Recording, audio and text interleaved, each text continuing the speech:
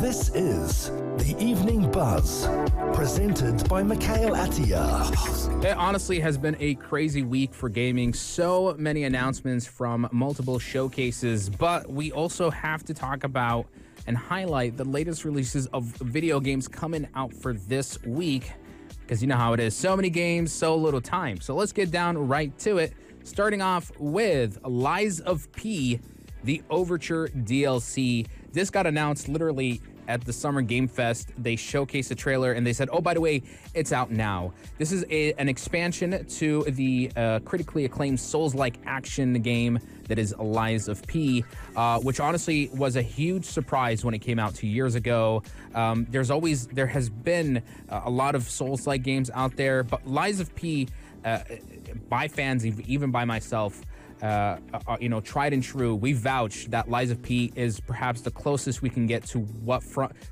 a From Software signature Souls-like is, but it does also do a few things of its own that is completely distinct and original. And what's really great about Lies of P is that it's set in the world of Pinocchio, but in a very dark and gritty version of itself. And the DLC, it basically takes you back in time in the world Krat and its dying days. And basically, it's a bit of a kind of like a time capsule story where you uncover the dark secrets that twist the city's fate. And it kind of reminds me again of like, Dark Souls 1's DLC, where you go to Ulasil and you see, you venture into the abyss and the start of the whole hollowing stuff. It's really great. I'm still playing through it. I've only managed to beat the first 4 bosses. I'm 8 hours in. I am surprised how beefy this DLC is. It is very lengthy. I thought it would be only 5 hours, but it's still going. I'm so impressed. And the bosses are more difficult this time around. I don't know if I'm just rusty or they've bumped up the difficulty scale, which makes me now kind of worried. I'm like, okay, if this is how hard it's going to be, I wonder what Lies of P2 is going to be like whenever that comes out. So yeah, the gameplay mixes a lot of that intricate combat that you are familiar with, typical Dark Souls, but it's got that Sekiro fast-paced parrying type of mechanic as well, where you really have to make sure each fight, you learn the patterns, know how to outmaneuver your enemy, and you have many things in your arsenal to take them out, like your prosthetic arm that has multiple different, countermeasures, offensive and defensive. So if you have someone who loves Souls-like games, you perhaps even played Lies of P and you don't know about this, the DLC is out now. Lies of P Overture. It's available on PC, PlayStation, and the Xbox. Then we have Dune Awakening. This is basically transporting you back to the brutal desert world of Arrakis, but in MMORPG style. And it's built around, again, massive multiplayer survival mechanics, where you're not just fighting to survive in the harsh desert. You're navigating a web of ever-changing politics with hundreds of other players, and there's a huge emphasis on large-scale exploration and resource management.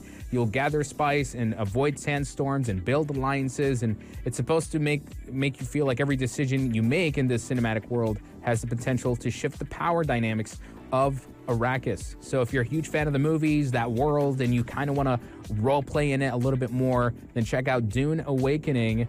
It's available now on PC. So definitely check it out.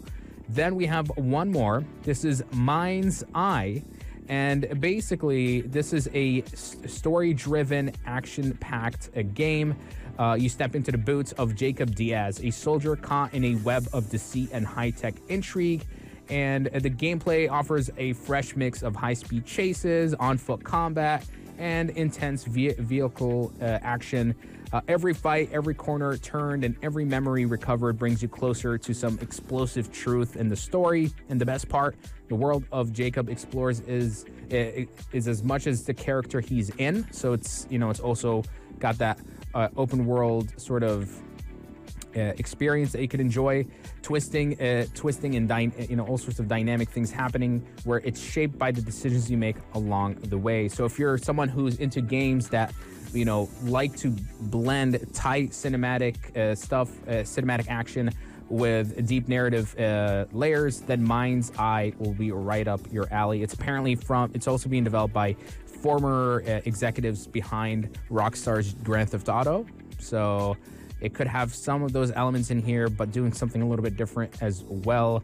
So if you are interested, MindsEye is available now on PC, Xbox, and PlayStation. And those are pretty much the latest releases of what's out in video games for this week. What games are you checking out for this week? Even if I didn't mention it here, let me know. Share your thoughts and opinion. Would love to hear from you guys.